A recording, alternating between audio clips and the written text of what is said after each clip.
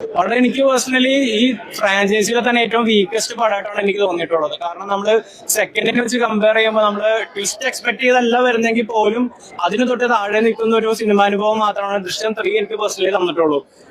ഒരുപാട് ഹൈപ്പ്, ഒരുപാട് പ്രതീക്ഷ വന്നു എന്നുള്ള ഒരു തെറ്റുകൊണ്ട് ഒന്നും എനിക്ക് തോന്നുന്നില്ല. കാരണം ഈ സിനിമയിൽ നല്ല രീതിയിൽ ബിൽഡപ്പ് ഉണ്ടായിരുന്നു. ക്യാരക്ടറൊക്കെ കൊണ്ടുവന്ന് ക്ലൈമാക്സ് എന്തെങ്കിലും കാര്യമായിട്ട് നടക്കുന്ന ഒരു ബിൽഡപ്പ് ഉണ്ടായിരുന്നു. പക്ഷെ ആ ബിൽഡപ്പിനോട് നീതി പുലർത്താതെ ജസ്റ്റ് ഒരു ആവറേജ് എക്സ്പീരിയൻസ് മാത്രമാണ് സിനിമയുടെ ക്ലൈമാക്സിൽ വന്നപ്പോൾ എനിക്ക് പേഴ്സണലി കിട്ടിയത്. കാരണം ഈ സിനിമയില് നമ്മൾ കണ്ട് ശീലിച്ചിട്ടുള്ള ജോർജ് കുട്ടി ഇങ്ങനെയല്ല.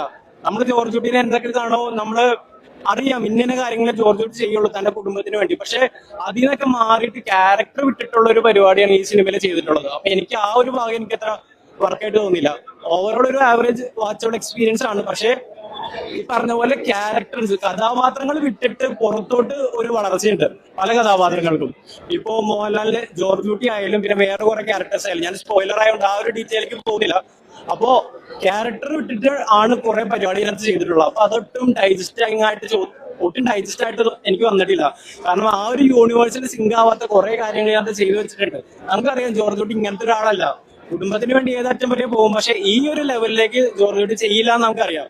പക്ഷെ ആ ലെവലിലേക്ക് പോകുന്നുണ്ട്. അപ്പൊ അത് സിനിമയിൽ അത്ര ഫിറ്റിനായിട്ട് തോന്നുന്നില്ല. അതുകൊണ്ട് തന്നെ എനിക്ക് ആവറേജ് എക്സ്പീരിയൻസ് ആയിരുന്നു.